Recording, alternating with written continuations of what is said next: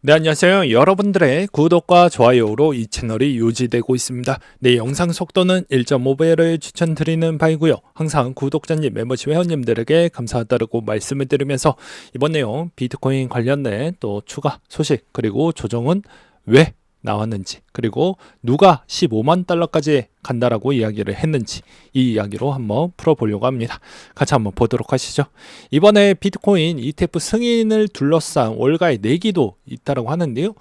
자, 누구는 승인이 날 것이다.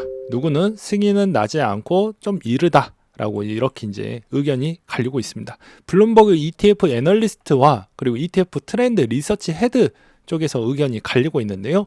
여기서도 만약에 자기가 내기를 했었을 때 만약에 지게 되면 이제 어느 정도냐면 그냥 스테이크 밥값 정도 그냥 그렇게 내기를 좀 했다라는 그런 일화 내용이 좀 있기도 했었고요.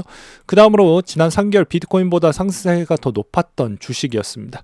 여기서도 여러분들이 아셔야 되는 게 주식은 워낙 유동성도 좋고요. 그리고 여러 가지 상품군과 대기 자금까지도 복합적으로 좀 볼 필요성이 있습니다. 그만큼 오랜 수십 년 동안 최적화된 그런 시장이라고 볼 수가 있기 때문에 여기에서 비트코인 대비가 먼저 올라가는 것 대비보다 일단 눈치껏 이쪽에서 먼저 올라간 뒤에 그 다음에 비트코인이 올라가는 현상이 있습니다. 물론 알트코인하고 비유하기에는 적절하지 않기 때문에 비트코인에 한해서 이야기를 하는 부분이 좀 될 것 같습니다. 그리고 이번에 코인베이스도 좀 많이 올라가다가 이제 좀 조정을 받고 있는 실정인데요. 이런 측면에서도 코인베이스는 여전히 조정이 나왔을 때마다 장기적으로는 나쁘지 않는다. 왜? 13개 비트코인 ETF 스탁 기간을 코인베이스로 지정을 했기 때문에 장기적으로 수익성은 개선이 될 것이고요. 그만큼 많은 주가도 올라갈 것으로 기대를 해볼 수가 있게 되겠습니다. 그 다음으로 이번에 스팟 ETF에 관심이 이제 높아졌던 이유는 선물로 운영하는 ETF에는 비용이 발생을 하게 되어져 있습니다.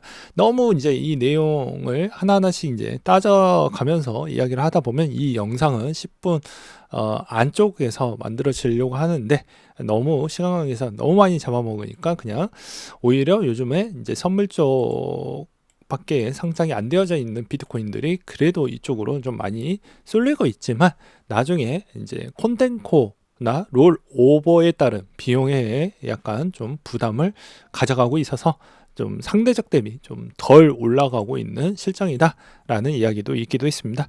그 다음으로 이제 아무래도 CME 갭이 또 존재를 한다라고 하는데요. 대부분 이제 CME 갭이 존재를 했던 구간은 지금 딱 이 가격대에서 가장 가까운 가격대에서 갭은 딱 두 가지밖에 보이지 않습니다. 일단 39,000대와 44,000대의 갭 구간이 발생을 하게 되어져 있는데요. 과연 이 갭을 어느 시점에 메꾸고 갈지 저도 매우 궁금해집니다. 물론 이 갭의 확률은 100%는 아닙니다. 사람들이 가끔씩 저한테 질문을 많이 합니다. 이 갭을 다 채워서 가야 되는 거 아닌가요? 라고 하지만 갭 또한 확률상 매우 높은 확률을 보여주긴 하지만 그 갭을 이때까지 다 메꿔서 갔던 적은 없기 때문에 이렇게 좀 바라봐 주셨으면 좋겠고요.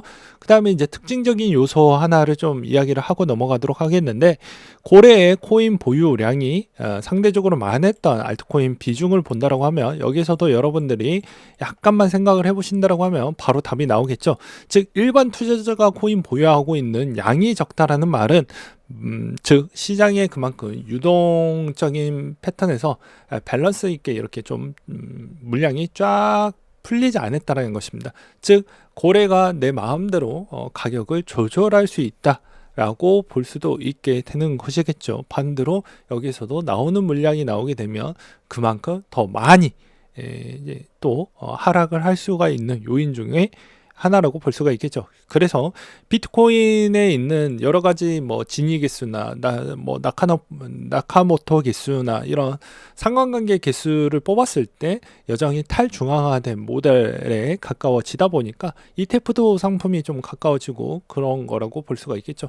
반면에 이더리움은 여러 가지 논란의 여지가 있긴 하지만 언젠가는 되긴 하겠지만 그럼에도 불구하고도 계속 이 비중이 점차적으로 내려가기 전때까지는 계속 이런 측면이 좀 투자하실 때 각별히 주의하시고 또 각별히 또 참고하시길 바라겠습니다.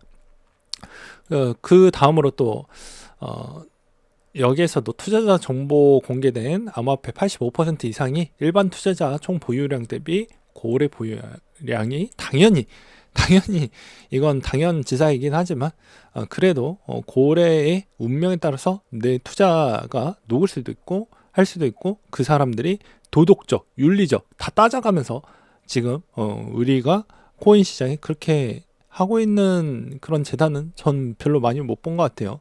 그냥 흑화하다가 어쩔 수 없이 덩어리가 너무 커지다가 내가 깜빵 가기 싫어서 다시 좀 설계를 다시 자리 잡고 그렇게 해서 그냥 정상화된 코인들도 몇 군데가 좀 보이기도 하고요.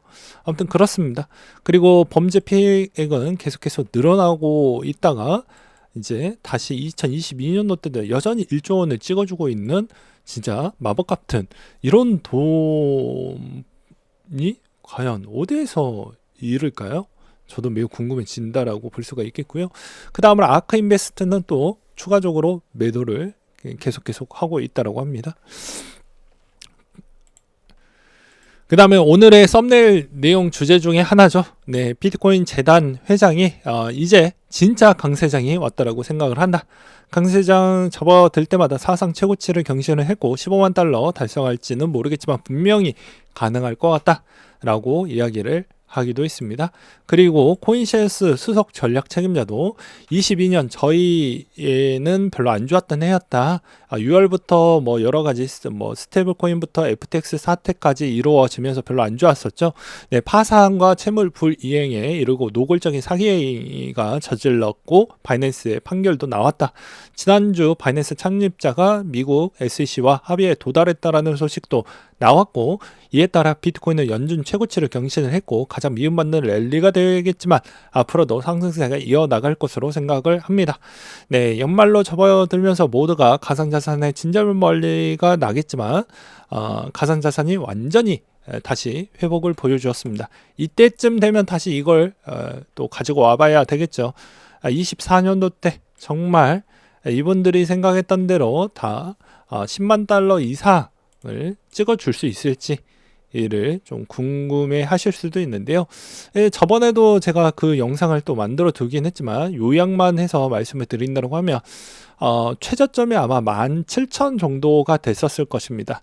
근데 여기에서도 마찬가지로 마스터 플랜을 다시 한번 끄집어내서 본다고 하면 이 상승의 여력이 점차 줄어들죠. 예, 점차 줄어듭니다. 2000%대까지 나오다가 지금은 이제 그 다음에 한 9배, 8배에서 9배 정도를 넣으면 딱 15만 2천 정도가 나와요.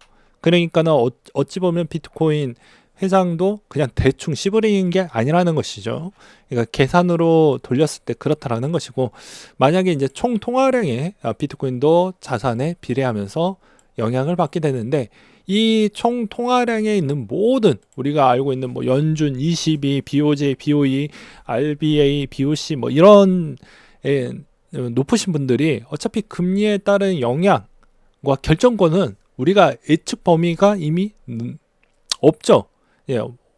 특히나 이번 같은 경우에는 코로나 이후부터는 금리 예측 범위가 너무 어려워졌습니다. 그래서 인하를 할 때도 인하 예측 범위가 어디에서 멈출지 아니면 진짜 거의 내리지 않을 만큼 진짜 소폭만 내릴지 아무도 그걸 예단할 수가 없기 때문에 이게 비트코인이 정말로 더 많이 갈 것이냐 아닐 것이냐는 이 총 통화량에 따른 금리 인하 비중도 우리가 예측하기가 어려워서 이거는 그냥 그때 상황에 맞춰가지고 대응하고 먹고 나오는 전략이 좋다. 그 대신 기존에 있었던 손바퀴 현상이 그렇게 많이 개인지갑 비중을 봤을 때 움직이지 않았던 동향과 그리고 5년차 이상에 있는 움직이지 않았던 지갑 비중을 보았을 때는 여전히 손바퀴 현상은 이루어지지 않았기 때문에 이런 점도 우리는 좀 고려해야 되지 않을까라고 저는 말씀을 드리고 싶습니다. 그 다음으로 이제 또 이번에 하락에 있는 패턴의 영향으로 여러 가지 이야기가 나왔던 게 있었는데요. 일단 디지털 에셋 캐피탈 매니지먼트는 아무래도 이번에 레버리지가 크게 증가를 했고 뉴스에 촉발한 것이 아닌 시장의 디레버리징처럼 보여진다라는 의견도 있었습니다. 그 다음으로 비트코인의 이제 OK, 바이낸스, 후오비 등에서 4억 5천만 달러 규모의 청산이 이루어졌다라는 건 좀 규모가 크죠. 그래서 청산 규모 추이가 크다라는 점이 이번에 좀 이렇게 크게 청산이 나왔을 때 있는 저의 경험치 상으로는 한동안 패턴이 썩 롱을 하기가 좀 어려운 측면도 없지 않아 있을 것 같습니다. 그래서 추세적으로는 야, 뭐 그 다음날에 롱 나왔잖아, 이렇게 우리가 유치원이나 초등학생처럼 이야기하지 말자고요. 저의 영상의 검색은 항상 추세 기반형이기 때문에 추세가 뭐 하루 이틀로 정해지는 건 아니죠. 근데 전반적으로 분명히 별로 좋아지지 않는 실정이다. 그리고 눈치 싸움으로 들어갔다라고 볼 수가 있는 것 중에 하나가 이제는 뭐 조만간에 나올 수 있을 만한 그런 지표들과 그 다음에 금리 인상, 12월의 마지막에 있는 금리 인상에 따른 내용들이 남아져 있어서 아무래도 눈치를 좀 많이 보려고 하지 않겠냐라고 볼 수가 있게 되겠습니다. 그래서 이제 이번 12월 FOMC의 가이던스도 뭐 그냥 요약만 드린다고 하면 아무래도 통화 당국의 수싸움으로 들어갔기 때문에 여기에 저번에도 여러분들은 내 포지션만 생각을 하고 내 기준점으로만 이기적으로 생각하시면 안 된다고 저는 분명히 말씀드렸습니다. 그렇게 하면 언젠가는 부러집니다. 어떤 자산에 투자를 했던 간에 부러져요. 이 사람의 있는 입장과 이 사람의 생각과 포지션도 어느 정도 내가 어떻게 움직이는지도 생각을 해봐야 됩니다. 이 사람이 이거에 직업이 달려져 있고 여기에서 수입이 내 생계의 수입이 어느 정도 일정 충당이 되는 사람이라고 하면 이 사람의 입장도 고려를 해야죠. 근데 일반 한국 사람이 투자를 할 때는 대부분 이것까지는 거의 생각을 잘 안 합니다. 통화당국의 수싸움이 있으려고 하면 나한테도 여러 가지 카드가 있어야 될 거잖아요. 그래서 저번에도 뭐 통화정책, 재정정책 부분인데 통화정책, 재정정책 2022년도 때 쓸 거 다 썼다라고 제가 분명히 말씀드리지 않았습니까?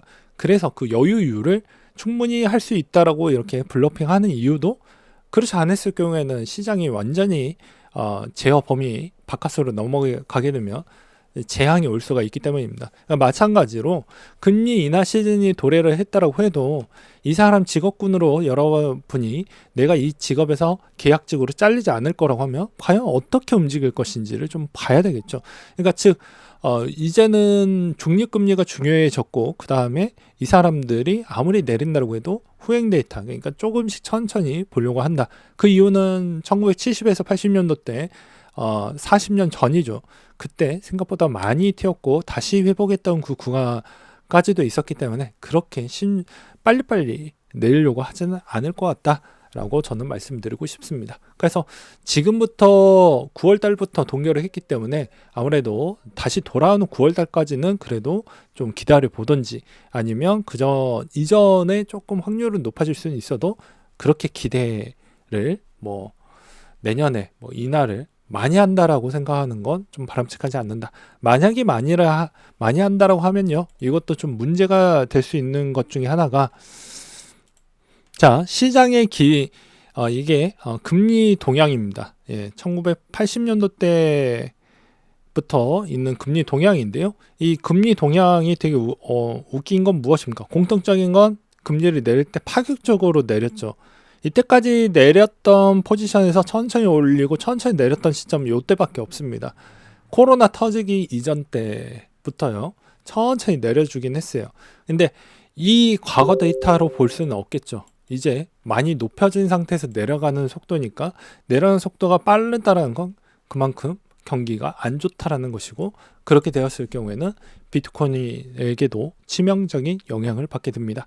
왜냐하면 비트코인은 지금의 주된 역할 대비보다는 금융에 미치는 영향 강도도 충분히 많이 영향을 끼치기 때문이죠.